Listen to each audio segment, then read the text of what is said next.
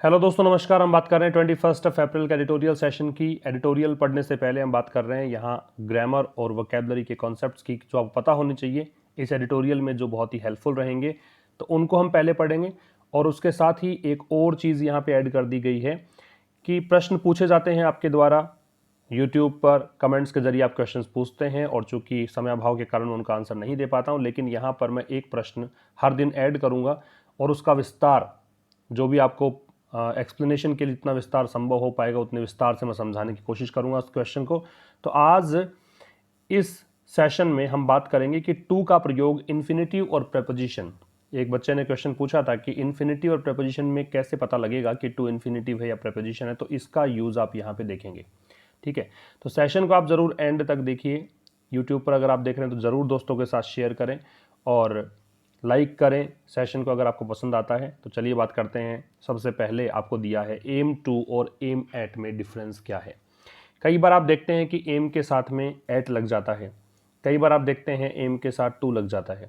ठीक है, सबसे पहली बात तो जब एट लग जाता है तो आपको आगे V0 प्लस ING मिलता है। ठीक है, बेस फॉर्म प्लस ING। टू मिल जाता है तो सीधा आपको बेस फॉर्म मिलती है। एक तो ये डिफरेंस है इसमें। दूसरा, एम के साथ टू लग जाता है तो ये तो टू जो है वो वर्ब से पहले ही लगता है। भी एम है आपका और क्या करने का एम है, किस चीज़ का लक्ष्य है, तो वो इन्फिनेटिव के रूप में ही काम करता है। इस कारण से बेयर इन्फिनेटिव लगाते हैं आप। जबकि एट यहाँ प्रेपोजिशन के रूप में काम करता है, प्रेपोजिशन के रूप में कोई चीज़ काम करती है तो ING लगाना ही होता है आपको। ठीक है, तो टू यहाँ पे तो इन्फिनेटिव के रूप में काम करेगा। ठीक है, आप एग्जाम्पल देख के समझ जाएंगे। तो एम टू का प्रयोग ट्राई और इंटेंड टू डू समथिंग, कोई भी चीज़ की कोशिश करना या किसी चीज़ का इरादा होना, उसके लिए हम एम टू का यूज़ करते हैं। जैसे एग्जाम्पल दे रखा है, we aim to please our customers. तो हमारा इरादा ये होता है, हम कोशिश ये करते हैं कि हमारे कस्टमर्स को हम खुश कर सकें। तो देखिए एम टू का प्रयोग किया और टू है तो V0 है। तो आप तो इसको ऐसा मानिए ना कि ये टू प्लस V0 है और ये सब्जेक्ट हो गया और ये वर्ब है। ठीक है, she aims to fly to America, उसका इरादा है कि वो अमेरिका जाए एरोप्लेन से। ये फ्लाई का मतलब उड़ कर जाना नहीं है, ये एरोप्लेन से जाना है।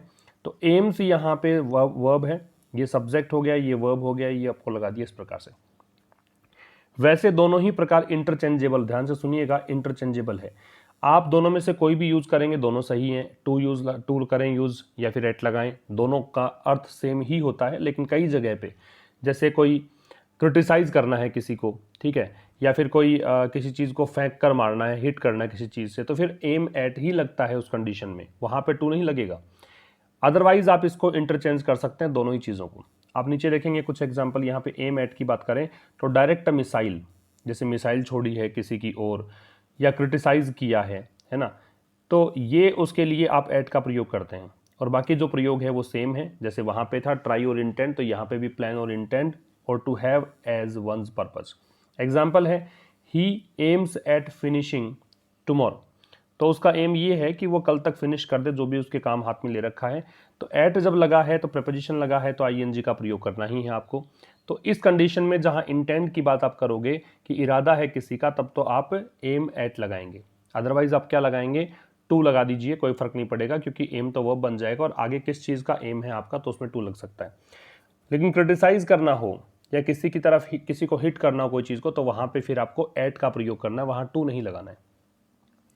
एक आपको आज मिलेगा ब्रिक एंड मोर्टर इंडस्ट्री। आज का जो आर्टिकल है वो फाइनेंशियल आर्टिकल है, तो बड़ा ध्यान से आपको पढ़ना होगा और बहुत इंपॉर्टेंट भी है। ब्रिक एंड मोर्टर इंडस्ट्री, ये एक फ्रेज मिलेगी आपको। तो इसका मतलब क्या होता है, देखो, इसका मतलब है कि this refers to a traditional street side business. जो स्ट्रीट साइड बिजनेस होते हैं, जो आप ये मान लीजिए कि ऐसे बिजनेस जहाँ पे कस्टमर शॉपकीपर आपस फेस टू फेस कॉन्टैक्ट में आते हैं। कोई भी चीज़ मान लीजिए, आप ग्रोसरी शॉप मान लीजिए, तो वहाँ पे कुछ खरीदारी करता है तो कस्टमर और शॉपकीपर दोनों आमने सामने होते हैं, फेस टू फेस बिजनेस होता है। एक बिजनेस होता है कि आप फ्लिपकार्ट से, अमेजोन से कुछ मंगा लेते हैं, तो वहाँ पे ऐसा नहीं होता है।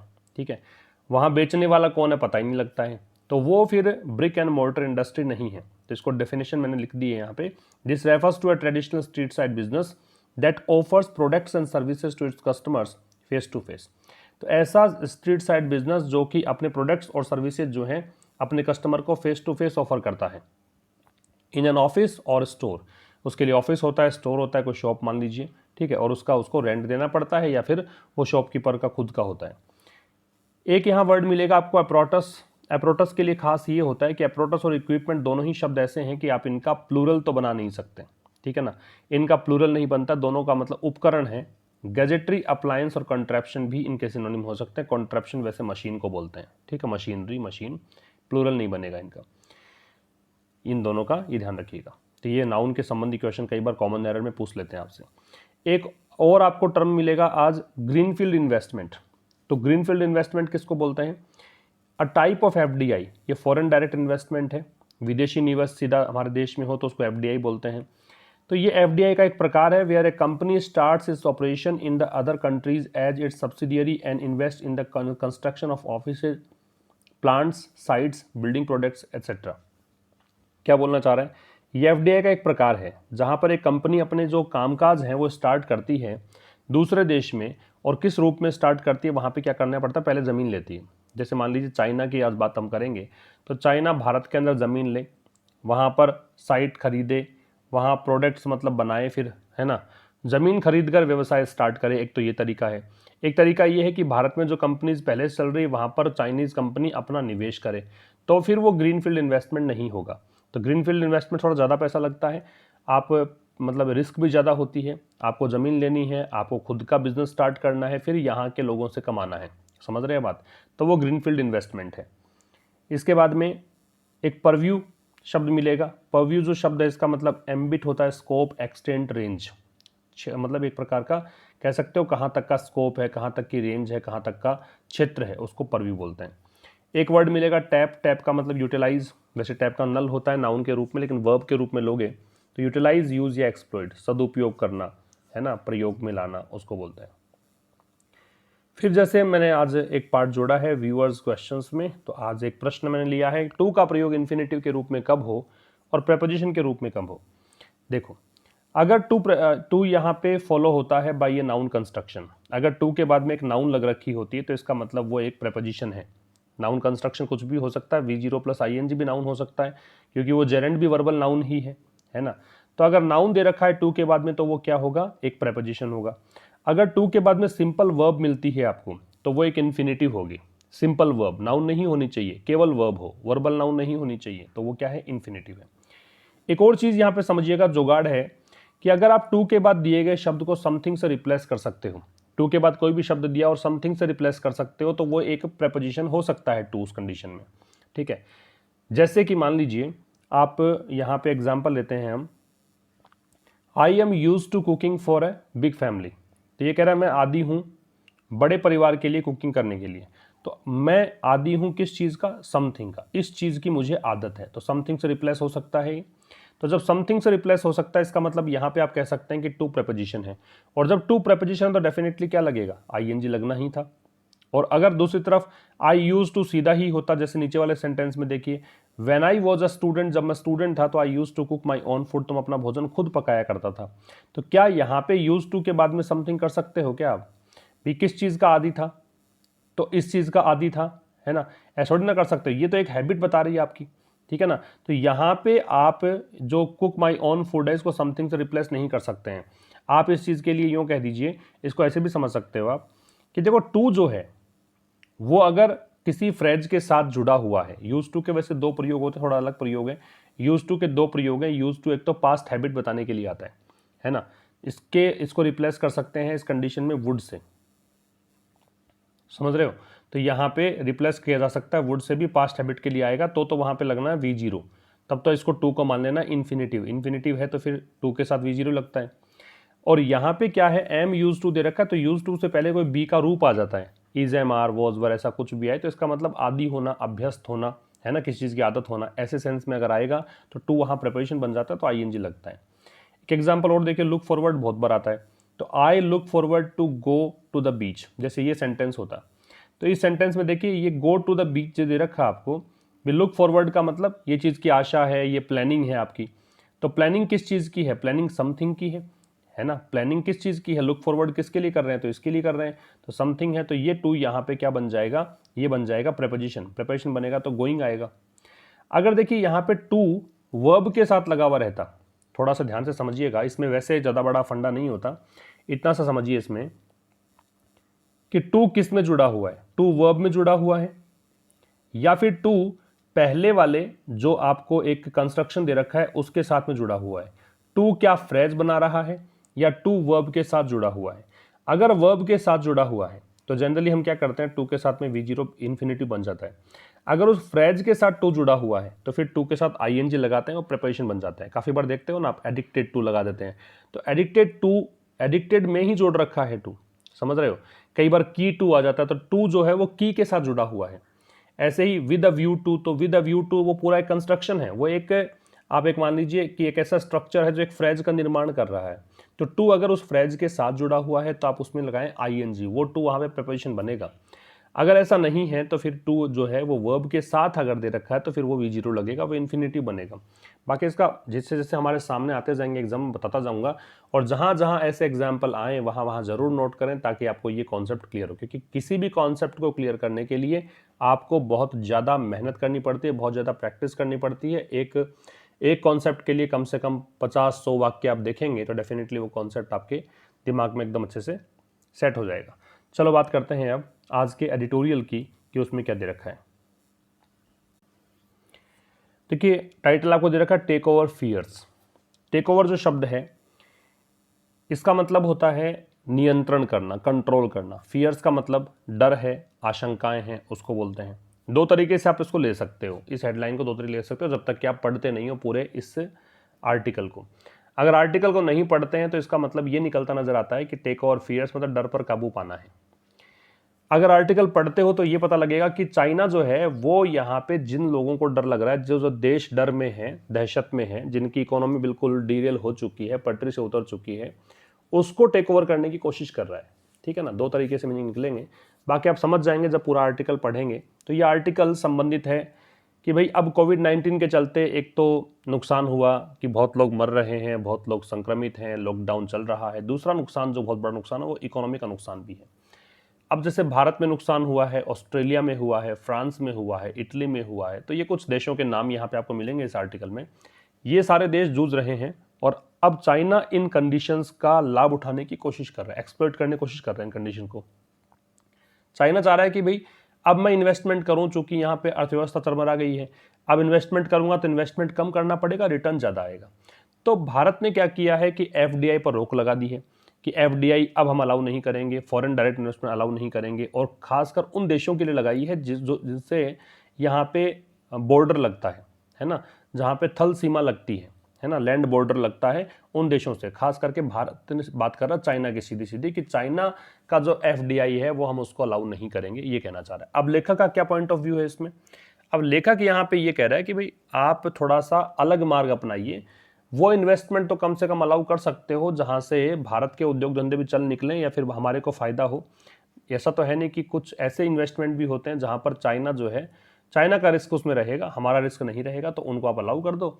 कुछ चीज़ें जो आपको लगता है कि रिस्की है उनको अलाउ मत करो, तो मध्यम मार्ग अपनाइए, ये लेखक का कहना है।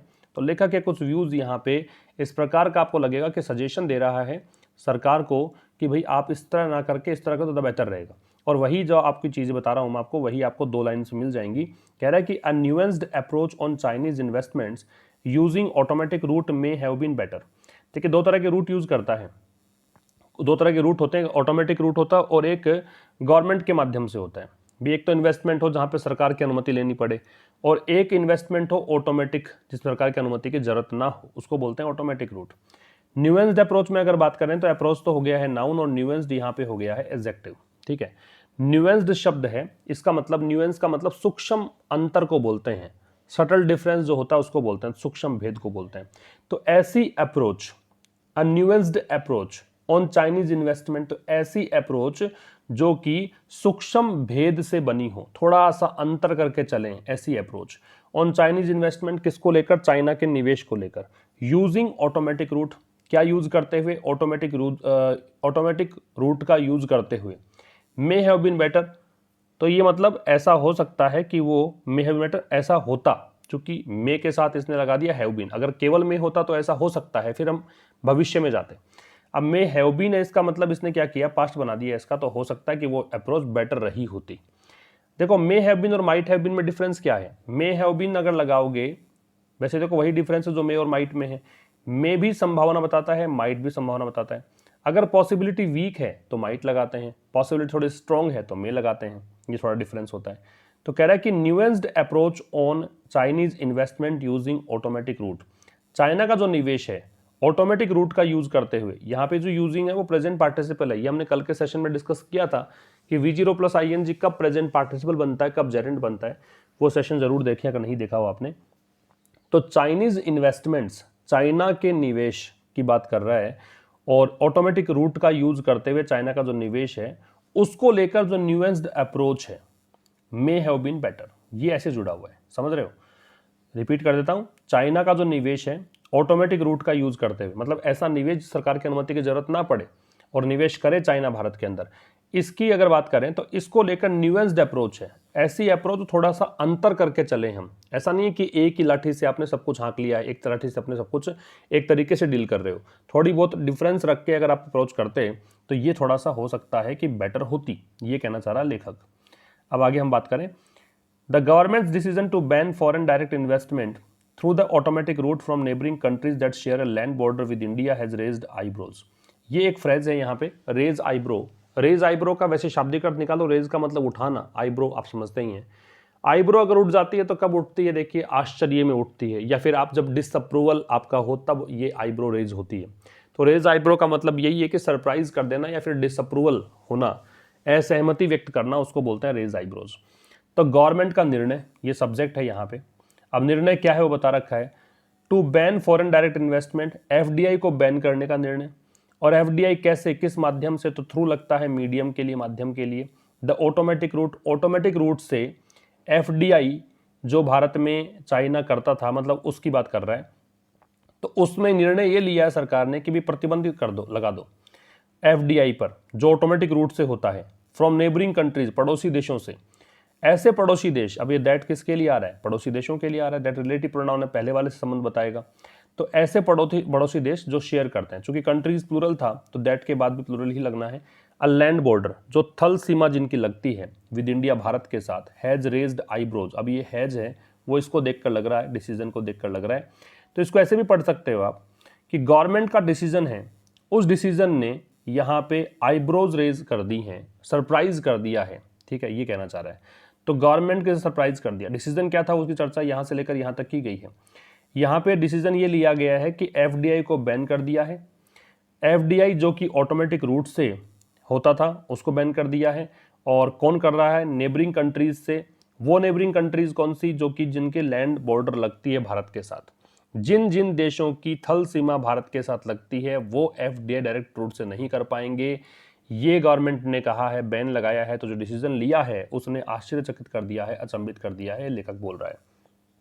आगे देखिए, this is mainly because the move is seen as aimed at Chinese investors who could exploit cheap valuations in the depressed economic conditions post lockdown to pick up equity interest in select companies। देखिए, this is, यह is है, mainly मुख्यतया, because क्योंकि, the move ये जो कदम है सरकार का, इज सीन इसको देखा गया है, पैसिव है, is plus seen, be plus verb की थर्ड फॉर्म, एज किस रूप में, एम्ड एट। अब देखो एम्ड के साथ में यहाँ पे तो टू लगा नहीं सकते आप, एम में टू तभी लगेगा जब आगे आप लगाएंगे कोई वर्ब लगाएंगे। एम में एट लग रहा है, कारण ये है कि निशाना साध रहा है इसकी ओर, ठीक है। तो इसको देखा गया है इस रूप में कि एम्ड एट चाइनीज इन्वेस्टर्स, कि इसका पूरा डिसीजन जो है वो किसके लिए है, वो चाइनीज निवेशकों के लिए है। हु कुड एक्सप्लॉइट, अब चाइनीज निवेशकों के लिए लगा दिया हु, रिलेटिव प्रोनाउन। कुड यहां बता रहा है भविष्य की संभावना, जो ऐसा कर सकते हैं। एक्सप्लॉइट का मतलब है टैप कर सकते हैं, एक ही बात है, यूटिलाइज कर सकते हैं, जो कि यहाँ पे चीप वैल्यूएशन, क्योंकि देखो जब आर्थिक स्थिति बिल्कुल खराब हो जाती है तो उस समय चीज़ें बहुत सस्ती मिलती हैं, मार्केट में जो कंपनीज के शेयर हैं वो बहुत सस्ते मिलते हैं। तो ये कह रहा है कि जो चीप वैल्यूएशन है, सस्ते जो मूल्य की चीज़ें हैं उसका एक्सप्लॉइट कर सकती है in the depressed economic condition. किस में, डिप्रेस्ड इकोनॉमिक कंडीशंस में। इकोनॉमिक कंडीशंस तो आर्थिक स्थिति, और डिप्रेस्ड है इसका मतलब वो आर्थिक स्थिति जो बद से बदतर हो चुकी है। डिप्रेस्ड का अगर व्यक्ति डिप्रेस हो तो क्या तनाव है उसको, है ना। और कंपनी डिप्रेस्ड है, अगर मार्केट डिप्रेस्ड है इसका मतलब वहां पे मंदी का दौर है। पोस्ट लॉकडाउन, लॉकडाउन के बाद, पोस्ट लगता है इसका मतलब बाद में। टू पिकअप किसके लिए, टू पिकअप, पिकअप का मतलब क्या होता है, उठाना। इक्विटी इंटरेस्ट, तो यहाँ पे इक्विटी का मतलब शेयर है, इंटरेस्ट का मतलब हित है। इन सेलेक्ट कंपनीज का मतलब कुछ चुनी हुई कंपनीज में। अब ये चाह रहा क्या है, यहाँ पे देखो मैंने शब्द से बता दिया क्या मतलब है, उसका पूरे का मीनिंग क्या है बता देता हूँ। ये कह रहा है कि ये जो मूव है भारत सरकार का कि बैन किया गया है एफडीआई को उन देशों से जिनकी लैंड बॉर्डर शेयर होती है, मतलब लैंड बॉर्डर लगती है भारत से। इसका कारण ये है कि इस मूव को ऐसा देखा गया है कि चाइनीज इन्वेस्टर्स के लिए ये मूव चला गया है सरकार के द्वारा। चाइनीज इन्वेस्टर्स क्या कर सकते हैं, वो हो सकता है कि जो सस्ते शेयर हैं वो किसी चुनी हुई कंपनीज में सस्ते शेयर खरीद सकते हैं, फायदा उठा सकते हैं, है ना। और चूंकि लॉकडाउन के बाद की बात है, लॉकडाउन के बाद में जो डिप्रेस्ड इकोनॉमिक कंडीशंस है वहां पर सस्ते शेयर खरीद के फायदा उठा सकते हैं, ये यहाँ पे कहना चाह रहा है। इसको रोकने के लिए सरकार ने क्या किया, बैन कर दिया एफडीआई को। आगे देखो, India is not alone in this fear of opportunistic take overs. अब ये अपॉर्चुनिस्टिक टेक ओवर क्या है? अपॉर्चुनिस्टिक मतलब अवसरवादी, टेक ओवर का मतलब नियंत्रण में लेना। तो ये अवसरवादिता ही तो है कि चाइना को पता है कि अभी हालात खस्ता है पूरे वर्ल्ड के, तो इसको देखते हुए चाइना यहाँ बहुत भारी मात्रा में निवेश करना चाह रहा है अलग अलग देशों में। तो ये क्या है, अवसरवादिता है, और ये टेक ओवर करना चाह रहा है मतलब नियंत्रण में लाना चाह रहा है मार्केट को। तो कह रहा है India is not alone, Bharat अकेला नहीं है, इन दिस फियर, इस डर में, ऑफ अपॉर्चुनिस्टिक टेक ओवर्स। डर किसका है? इस अवसरवादितापूर्ण टेक ओवर का। As press note 3 2020 series of the commerce minister described, जैसा कि प्रेस नोट, ये जो प्रेस नोट है इस सीरीज का कॉमर्स मिनिस्ट्री का, वाणिज्य मंत्रालय का, जैसा कि इसने डिस्क्राइब किया है, उसके अकॉर्डिंग भारत अकेला नहीं है इस डर में कि भारत को डर लग रहा है कि चाइना यहाँ पे मार्केट अधिग्रहित करना चाहता है या फिर मार्केट में नियंत्रण करना चाहता है, टेक ओवर करना चाहता है। ऐसा नहीं है। यहाँ पे Italy, Spain, France and Australia have already taken similar action to protect their businesses.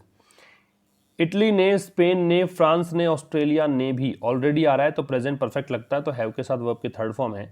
Similar action का मतलब ऐसा ही स्टेप उठाया है टू प्रोटेक्ट, सुरक्षा करने के लिए, किसकी? अपने अपने बिजनेसेस की, फ्रॉम फॉरेन इन्वेस्टर्स, विदेशी निवेशकों से। और इसको कहा है ब्रैकेट में लिख कर, रीड चाइनीज, चाइनीज ही कहो साफ साफ, ये लेखक कह रहा है। Fishing for distressed entities. Fishing का मतलब क्या है? फिशिंग का मतलब एक तो फिश होती है वर्ब, नाउन तो मछली होता है, फिश अगर वर्ब है। एक फिश का मतलब ये भी होता है कि जो एक फिश का ये भी याद रखिएगा, फिश का जो ग्रुप होता है इसके लिए कलेक्टिव नाउन यूज करते हैं, स्कूल, ये भी याद रखिएगा, स्कूल कलेक्टिव नाउन होता है फिश के लिए। और वैसे वर्ब के रूप में फिश है, इसका मतलब चालाकी से प्राप्त करना, चालाकी से, to get something using trick, उसको फिश बोल सकते हैं। तो इन देशों ने भी क्या किया है, ऐसा ही स्टेप लिया है, किसके लिए? अपने बिजनेस को बचाने के लिए, एफडीआई से, है ना, फॉरेन इन्वेस्टर्स से। फिशिंग फॉर डिस्ट्रेस्ड एंटिटीज, जो कि कोशिश कर रहे हैं, वो इन्वेस्टर्स जो कि यहाँ पे चालाकी से कोशिश कर रहे हैं डिस्ट्रेस्ड एंटिटीज को, एंटिटीज मतलब निकाय को कह सकते हो, है ना। तो जो एंटिटीज डिस्ट्रेस्ड हैं, वो कंपनी जो कि डिस्ट्रेस्ड हैं, जो खस्ता हालत में है, उनको प्राप्त करने के लिए इन नीड ऑफ कैश, नकदी की आवश्यकता में, in the post covid scenario, scenario का मतलब परिदृश्य, कंडीशन, कोविड-19 के बाद जो परिदृश्य बनेगा वहां पे चूंकि हालत खस्ता हो चुकी होगी, है ना, तो वहां पे इसके लिए डिस्ट्रेस्ड एंटिटीज जो हैं उनके लिए यहाँ पे चालाकी की जा रही है चाइनीज इन्वेस्टर्स के द्वारा, क्योंकि वहां पे कैश तो होगा इनके, मतलब कैश इनके पास तो होगा नहीं, तो ये क्या है, कैश की आड़ में ये इनसे सौदा कर लेंगे और ये निवेश करेंगे कंपनीज के अंदर, ये अधिग्रहित करेंगे चीज़ों को, है ना, इनका प्रभाव ज़्यादा बढ़ जाएगा मार्केट के अंदर। तो इन देशों ने भी भारत जैसा ही स्टेप लिया है। रिपीट कर देता हूँ, कह रहा है कि भाई इटली, फ्रांस, स्पेन, फ्रांस और ऑस्ट्रेलिया ने भी ऐसा ही मूव लिया है, ऐसा ही स्टेप लिया है, किसके लिए? अपने बिजनेस को बचाने के लिए। और किससे बचाना चाह रहे हैं? फॉरेन इन्वेस्टर्स से। और लेखक ने कहा है कि चाइनीज इन्वेस्टर्स ही पढ़ा जाए। फिशिंग फॉर डिस्ट्रेस्ड एंटिटीज, अभी यहाँ पे फिशिंग है वो चाइनीज इन्वेस्टर्स के लिए, वो चाइनीज इन्वेस्टर्स जो कि यहाँ पे ट्रिक, चालाकी से कोशिश कर रहे हैं कि डिस्ट्रेस्ड एंटिटीज जो हैं उनको मतलब यहाँ पे क्या करें, प्राप्त कर लें, इन नीड ऑफ कैश, जो नकदी की आवश्यकता में है पोस्ट कोविड-19 के सिनारियों को देखते हुए। ठीक है। चाइनाज इन्वेस्टमेंट, चाइना का जो निवेश है भारत में, Chinese investment in India has been on a sharp up curve. Up curve, down curve दो होते हैं, कर्व का मतलब ये है, देखो अगर ये बढ़ता हुआ है तो ये अप कर्व है, अगर ये ऐसा ना हो कि ऐसा होता, गिरता हुआ होता, तो ये डाउन कर्व होता। ठीक है। तो कह रहा है कि चाइनाज इन्वेस्टमेंट, चाइना का जो निवेश है इन इंडिया, भारत में, हैज़ बीन मतलब रहा है, on a sharp up curve मतलब बहुत ज़्यादा ऊपर रहा है, काफ़ी ज़्यादा निवेश रहा है, इन द लास्ट 5 ईयर, पिछले 5 सालों में। चाइना का भारत में निवेश काफ़ी ज़्यादा रहा है पिछले 5 सालों में। According to a Brookings India study, किसके अकॉर्डिंग है ये? ब्रोकिंग्स इंडिया स्टडी के अनुसार है। The total current and planned investment by Chinese entities is over $26 billion. कह रहा है कि जो कुल करंट और प्लैंड इन्वेस्टमेंट है, जो कुल वर्तमान में और जो नियोजित, प्लैंड इन्वेस्टमेंट मतलब देखो, इन्वेस्टमेंट नाउन है और प्लैंड एडजेक्टिव है, तो यहाँ पे वर्ब तो है ही, पता ही आपको, प्लान तो वर्बल एडजेक्टिव है, तो ये पास्ट पार्टिसिपल हो गया। तो टोटल जो करंट और प्लान्ड इन्वेस्टमेंट है, एक तो वर्तमान में जो इन्वेस्टमेंट है और एक जिसकी प्लानिंग कर रखी है वो इन्वेस्टमेंट है बाय चाइनीज एंटिटीज, मतलब चाइनीज जो कंपनीज है उनके द्वारा, वो कितना है? $26 बिलियन से ऊपर है। ओवर तब लगता है जब संख्या में अधिक की बात करते हैं, मोर देन की बात करते हो, तब ओवर का प्रयोग करते हो। रिपीट कर देता हूं। तो कह रहा है कि भी इस ब्रुकिंग्स इंडिया स्टडी के दौरान के अनुसार जो वर्तमान में और जो कहें कि जिसकी प्लानिंग कर रखी है वो इन्वेस्टमेंट जो है चाइनीज एंटिटीज के द्वारा, वो कितनी है? $26 बिलियन की, इससे अधिक की। Chinese capital is invested not just in brick and mortar industries but in technology and fintech startups where Alibaba and Tencent have funded a host of Indian name such as Paytm, Swiggy, Ola, Zomato and Big Basket. Chinese capital मतलब Chinese पूंजी, is invested मतलब invest की जाती है, ये passive हो गया, is के साथ वर्ब की थर्ड फॉर्म। नॉट जस्ट इन, केवल इसमें ही नहीं, ब्रिक एंड मोटर हम पढ़ चुके हैं, तो केवल ब्रिक और मोटर इंडस्ट्रीज में ही इन्वेस्ट नहीं की जाती है। ब्रिक और मोटर क्या हो गया? ऐसे यहाँ पे उन उद्योग धंधों की बात कर रहे हैं जहां पर सीधा कॉन्टेक्ट होता है कस्टमर का और शॉपकीपर का, है ना।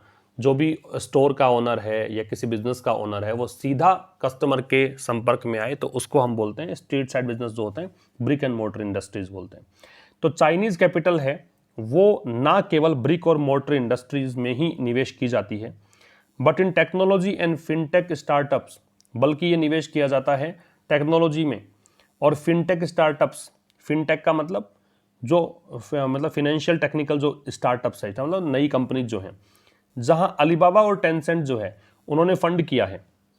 अलीबाबा टेंसेंट बहुत बड़ी कंपनी है चाइना की, इन्होंने फंड किया है अ होस्ट ऑफ का मतलब होता है बहुत बड़ी संख्या में, नोट कर लीजिएगा इस फ्रेज का मतलब, a number of, a large number of, बहुत बड़ी संख्या में भारतीय जो नाम है, जैसे कि सचेज का प्रयोग उदाहरण के लिए करते हैं, पेटीएम में, स्विगी में, ओला में, जोमेटो में, बिग बास्केट में, इनमें मतलब निवेश किया है। रिपीट कर रहा हूं, चाइना की जो कैपिटल है वो ना केवल ब्रिक और मोर्टर इंडस्ट्रीज में ही इन्वेस्ट की जाती है, बल्कि टेक्नोलॉजी और फिनटेक जो स्टार्टअप्स नई कंपनियां हैं वहां पर भी इन्वेस्ट की जाती है। जहां पे अलीबाबा और टेंसेंट है, इन्होंने बहुत बड़ी संख्या में जो भारतीय नाम है उनमें इन्वेस्ट किया है, जैसे जैसे कंपनी के नाम दे रखे हैं, इनमें निवेश किया है। इट इज़ क्वाइट पॉसिबल, ये पूर्णतया संभव है, that a move to curb का मतलब होता है नियंत्रित करना, है ना, बुरी चीज़ों पर रोक लगाने को, प्रतिबंधित करने को बोलते हैं कर्ब। तो ये बिल्कुल संभव है दैट कि अ मूव, एक जो कदम है, टू कर्ब और कंट्रोल चाइनीज इन्वेस्टमेंट, चाइनीज जो इन्वेस्टमेंट है उसको या तो प्रतिबंधित कर दिया गया है या फिर मतलब नियंत्रित किया गया है इन इंडियन कंपनीज, भारतीय कंपनीज में, was always on the cards, ये हमेशा से ही, ऑन द कार्ड्स का मतलब है पॉसिबल तो था ही, इसकी पॉसिबिलिटी थी, ऑन द कार्ड्स का मतलब लाइकली टू होना, है ना, इसका मतलब संभावना होना, ये लाइकली था, ये संभव था, ये पहले से लग रहा था ऐसा होगा। And that covid was a good excuse, अब कोविड-19 तो एक अच्छा बहाना मिल गया, एक्सक्यूज का बहाना, to pull the trigger. Pull the trigger वैसे तो घोड़ा दबाने को बोलते हैं, जो रिवॉल्वर होता है उसका, लेकिन यहाँ पे इस काम को अंजाम देने का अच्छा बहाना मिल गया, कहने का मतलब ये है। ठीक है, रिपीट कर देता हूँ, क्या बोलना चाह रहा है? इट इज़ क्वाइट पॉसिबल, ये पूर्णतः संभव है, ये बिल्कुल संभव है कि ये जो मूव है प्रतिबंधित करने का, रोकने का या फिर नियंत्रित करने का चाइनीज इन्वेस्टमेंट को भारतीय कंपनीज में, ये हमेशा से ही संभावित था, ऐसा हमेशा से लग रहा था, और कोविड-19 एक अच्छा बहाना था इस चीज़ को अंजाम देने का। There has always been unease over the fact that there is a thin line that divides the state sector from private enterprise in China, and several companies there trace linkages back to the security apparatus of that company. There से start होने पर inversion लगाते हैं तो has का प्रयोग पहले है। There has always been unease, unease का मतलब बेचैनी होना, रेस्टलेसनेस होना, तो हमेशा से ही बेचैनी रही है ओवर द फैक्ट, इस बात को लेकर, दैट की there is a thin line, की बहुत ही बारीक सी लाइन है, मतलब बिल्कुल भी अंतर नहीं है, बहुत थोड़ा सा अंतर है, वो लाइन दैट डिवाइड्स, दैट यहाँ पे लाइन के लिए आ रहा है, जो डिवाइड करती है स्टेट सेक्टर मतलब सरकारी क्षेत्र को, फ्रॉम प्राइवेट एंटरप्रेन्योर, निजी उद्यमों से, निजी जो उद्योग हैं उनसे, entrepreneur business in China, China में, एंड सेवरल कंपनीज देयर, और वहाँ पे जो अनेकों कंपनीज है, सेवरल के साथ में नाउन लगता है प्लूरल, ट्रेस लिंक, ट्रेस मतलब पता लगाना, लिंकेजेस मतलब संबंध होना, back to the security apparatus of that country. अब जिनका संबंध है किससे, सिक्योरिटी मतलब जो सिक्योरिटी उपकरण है, जो भी मतलब सुरक्षा उपकरण है ऑफ दैट कंट्री, उस देश के। देखो मैं समझाऊंगा इसका मतलब क्या, पहले आप समझ लीजिए कि इसका लिटरल मीनिंग क्या है। रिपीट कर रहा हूं कि there has always been unease, हमेशा से ही बेचैनी रही है इस बात को लेकर कि बहुत ही सूक्ष्म सी एक लाइन है, बहुत ही बारीक सी लाइन है जो डिवाइड करती है चाइना के स्टेट सेक्टर को किससे, प्राइवेट एंटरप्राइज से, मतलब निजी क्षेत्र को सरकारी क्षेत्र से, and several companies there trace linkages, और अनेकों कंपनी जो वहाँ पे हैं, trace linkages back to the security apparatus of that country, वो वहाँ पे लिंकेज यहाँ पे ट्रेस करती हैं back to the security apparatus, कहाँ पर, किस चीज़ से, सिक्योरिटी अप्रोटस से ऑफ दैट कंट्री, उस देश के। कहने का मतलब यहाँ पे क्या है कि वहाँ चाहे सरकारी क्षेत्र की कंपनी हो या फिर निजी क्षेत्र की कंपनी हो, दोनों ही हैं चाइना में, उन दोनों का अल्टीमेट उद्देश्य यही है कि चाइना के सिक्योरिटी को वो स्ट्रेंथन करना चाहते हैं। हर चीज़ वहाँ जुड़ी हुई इससे ही है कि देश हित में वो काम करते हैं, कहने का मतलब ये है। ठीक है, आगे देखिए। So while the decision to introduce a layer of government approval is probably valid in the current circumstances, the government could have adopted a more nuanced approach. So इसलिए while the decision to introduce, तो जहां ये जो decision है to introduce, अब देखो decision निश्चित है क्योंकि डिसीजन कौन सा आगे बता रखा है, अ layer of government approval, layer का मतलब परत, एक स्तर, जो डिसीजन दिया गया है to introduce a layer of government approval, जो गवर्नमेंट अप्रूवल को इंट्रोड्यूस करने डिसीजन दिया गया है, इज प्रोबेबली वैलिड, वो संभवतया वैलिड तो है, प्रोबेबली संभवतया, वैलिड सार्थक है, सही है, इन द करंट सर्कमस्टेंसेज, वर्तमान परिस्थितियों में। वहीं अब देखो वाइल से जुड़ा हुआ है तो दो क्लोज हैं, एक क्लोज में कह रहा है कि डिसीजन सरकार का बिल्कुल ठीक है, दूसरे क्लोज में कह रहा है the government could have adopted, could have plus verb की थर्ड फॉर्म, मतलब ऐसा हो सकता था, कुड मॉडल है तो बेस फॉर्म आएगी, तो ये आ गया बेस फॉर्म V0, हैव के साथ वर्ब की थर्ड फॉर्म आएगी तो ये आ गया अडॉप्टेड थर्ड फॉर्म। ठीक है, तो गवर्नमेंट यहाँ पे अडॉप्ट कर सकती थी, गवर्नमेंट यहाँ पे अपना सकती थी अ मोर न्यूएंस्ड अप्रोच, एक अधिक सूक्ष्म अप्रोच, सूक्ष्म का मतलब यहाँ पे थोड़ा सा अंतर रखती, थोड़ा सा विवेकपूर्ण तरीके से काम करके और अधिक अच्छी अप्रोच हो सकती थी। रिपीट कर रहा हूँ, इसलिए जो डिसीजन है गवर्नमेंट अप्रूवल की लेयर को इंट्रोड्यूस करने का, कि सरकारी अप्रूवल आपको चाहिएगा FDI के निवेश के लिए, ये संभवतया वैलिड है वर्तमान परिस्थितियों को देखते हुए, फिर भी जो गवर्नमेंट है इससे भी अधिक अच्छी अप्रोच अपना सकती थी। Greenfield investment should have been kept out of the purview as they do not pose a threat of take over of existing business. तो कह रहा है ग्रीनफील्ड इन्वेस्टमेंट, बताया था ना, ऐसे इन्वेस्टमेंट्स, एक तो इन्वेस्टमेंट का तरीका ये है कि चाइनीज कंपनी सीधा आके भारतीय कंपनियों में निवेश कर रही है, जो भारत का काम चल रहा है उसी में निवेश कर रहे हैं। एक ये है कि आप खुद बिजनेस स्टार्ट करें यहाँ पे आके, तो ये ग्रीनफील्ड इन्वेस्टमेंट्स है, शुड हैव बीन केप्ट। अब जैसे कुड हैव प्लस वर्ब की थर्ड फॉर्म थी, वैसे शुड हैव प्लस वर्ब की थर्ड फॉर्म होती है, वही काम है लेकिन पास्ट में जाएगा, लेकिन ये शुड हैव बीन और लगा रखा है इसने, तो पैसिव बना दिया इसने, तो इनको बाहर रखा जाना चाहिए था। तो ग्रीनफील्ड इन्वेस्टमेंट्स हैं, उनको बाहर रखा जाना चाहिए था। आउट ऑफ लग गया, आउट ऑफ का मतलब हो गया इससे बाहर रखो, आउट के साथ में फ्रॉम नहीं लगता, आउट में ऑफ ही लगता है ना। परव्यू का मतलब ने पढ़ ही लिया, एक्सटेंट होता है, रेंज होती है, स्कोप होता है।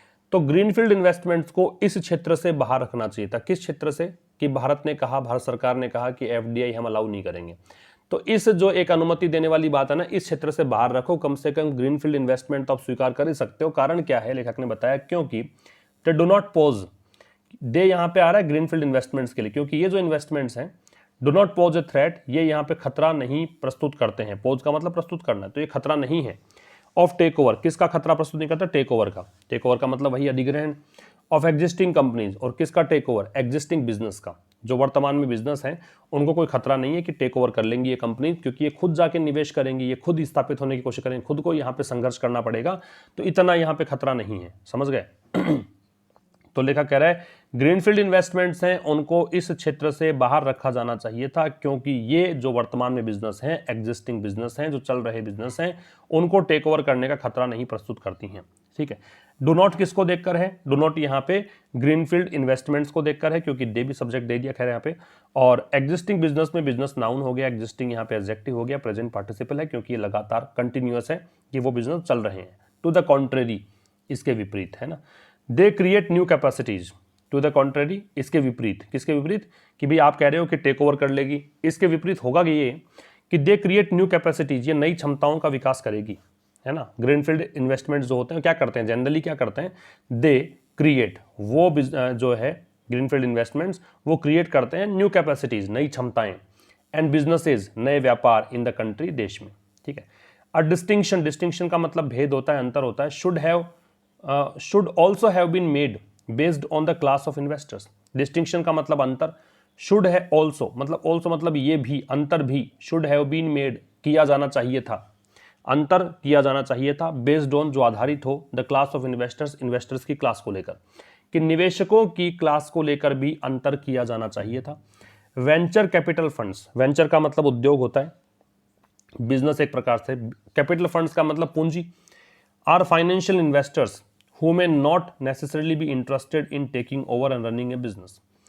तो वेंचर कैपिटल फंड्स जो हैं वो क्या होते हैं, फाइनेंशियल इन्वेस्टर्स होते हैं, वित्तीय निवेशक होते हैं, हु मे नॉट नेसेसरली, जो जरूरी नहीं है कि वो इंटरेस्टेड ही हो इन टेकिंग ओवर, किस चीज़ में इंटरेस्टेड हो, टेक ओवर करने में, एंड रनिंग ए बिजनेस, और बिजनेस चलाने में।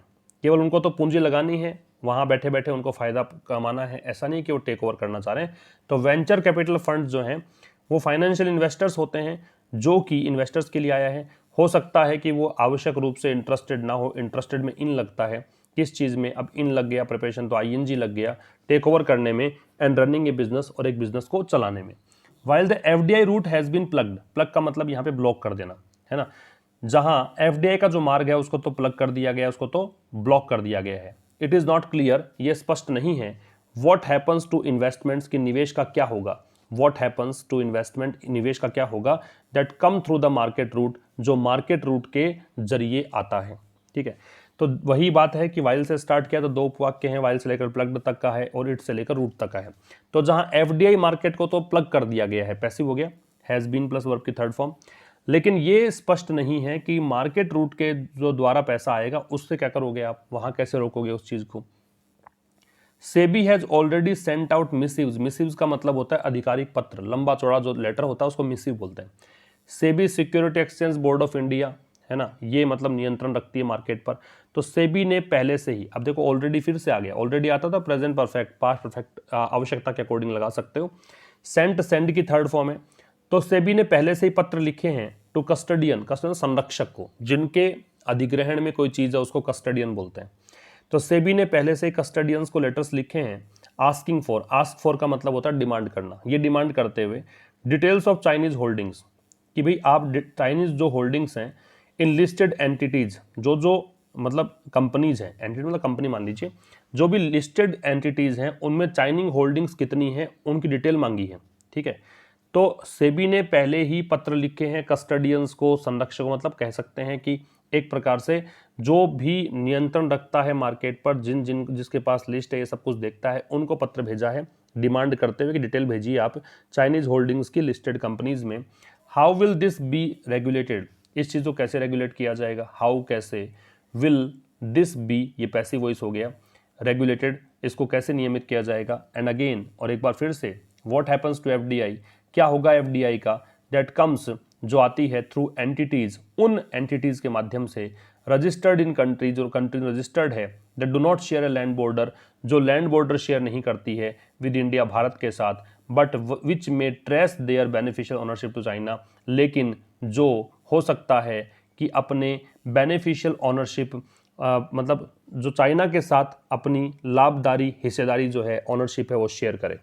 रिपीट कर देता हूँ, और कह रहा है कि भाई एंड अगेन, और एक बार फिर ये प्रश्न भी उठता है कि what happens to FDI, FDI का क्या होगा, वो एफडीआई जो कि, दैट यहाँ पे एफडीआई के लिए आ रहा है, वो एफडीआई जो आती है किस माध्यम, in through entities, comes in, अंदर आती है, थ्रू एंटिटीज, उन कंपनीज के माध्यम से, रजिस्टर्ड इन कंट्रीज, वो कंपनी जो कि उन देशों में रजिस्टर्ड है, that do not share a land border with India, वो कंट्रीज जो कि भारत के साथ थल सीमा नहीं लगती है जिनकी, भी आपने तो थल सीमा के लिए कहा है इसमें पॉइंट, तो ऐसी कंपनीज अगर निवेश करेगी भारत में जो उन कंट्रीज में रजिस्टर्ड हैं जिनकी थल सीमा भारत में नहीं लगती है, बट लेकिन विच में ट्रेस, लेकिन जो कि ट्रेस कर सकती हैं they are beneficial ownership to China, अपनी लाभदायक जो ओनरशिप है चाइना के साथ ट्रेस कर सकते। मतलब कहने का मतलब अगर कोई ऐसी कंपनी है जो डायरेक्ट रूप से तो ठीक है चाइना जुड़ी हुई नहीं है, दूसरे किसी देश की है,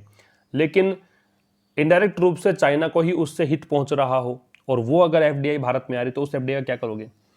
एंड नाउ, और अब that the wall has been raised, अब जब वॉल खड़ी कर दी गई, रेज और राइज बताया था मैंने आपको, राइज का मतलब अपने आप उठना होता है, रेज का उठाना होता है, रेज की तीनों फॉर्म रेज्ड होती है। एंड और नाउ अब दैट की द वॉल दीवार हैज बीन रेज्ड खड़ी कर दी गई है, पैसिव वॉइस है। अप्रूवल शुड बी क्विक, जो अप्रूवल्स हैं वो बहुत जल्दी लिए जाने चाहिए फॉर इन्वेस्टमेंट प्रपोजल्स, इन्वेस्टमेंट प्रस्तावों के लिए। In the technology startup space, जो तकनीकी स्टार्टअप स्पेस है ना, वो कंपनी जो टेक्नोलॉजी क्षेत्र में काम करती है और स्टार्टअप है, नया नया है। Where cash burn is high, जहाँ पे नकदी ज़्यादा लगता है, कैश बर्न, कैश का नकदी, बर्न का जलना, तो कैश बर्न का जहाँ पे नकदी बहुत ज़्यादा लगता है। And existing investors are often tapped for a top up investment, और जो वर्तमान में जो इन्वेस्टर्स बने हुए हैं, जो एग्जिस्टिंग इन्वेस्टर्स हैं, आर ऑफन टैप्ड, उनको यूटिलाइज किया जाता है, उनका यूज किया जाता है for a top up investment, कि वो तुरंत निवेश कर दें, ठीक है ना, क्योंकि वो निवेशक फिलहाल बने हुए हैं और वो निवेश कर भी सकते हैं। तो कह रहा है कि अब यहाँ पे कहना चाह रहा है कि भी वॉल तो ठीक आपने खड़ी कर दी है, अप्रूवल्स फटाफट होने चाहिए अब इन्वेस्टमेंट प्रपोजल्स के लिए, टेक्नोलॉजी स्टार्टअप स्पेस में, क्योंकि यहाँ पे कैश ज़्यादा लगता है और एग्जिस्टिंग इन्वेस्टर्स हैं, उनका इस्तेमाल अक्सर किया जाता है टॉप अप इन्वेस्टमेंट के लिए कि वो फटाफट निवेश कर दें, ठीक है। अब हम बात करते हैं जो ये पेड यूज़र के लिए फीचर रहता है। काफ़ी बार आप लोग प्रश्न पूछते हैं कि सर वीडियो लास्ट में ऑटोमेटिक ही एंड हो जाता है, ऐसा नहीं है। जो अगला फीचर रहता है वो कि आपका जो क्विज का सेशन रहता है वो पेड यूजर्स के लिए है। तो चलिए बात करते हैं कि कौन से क्वेश्चंस उसमें हैं।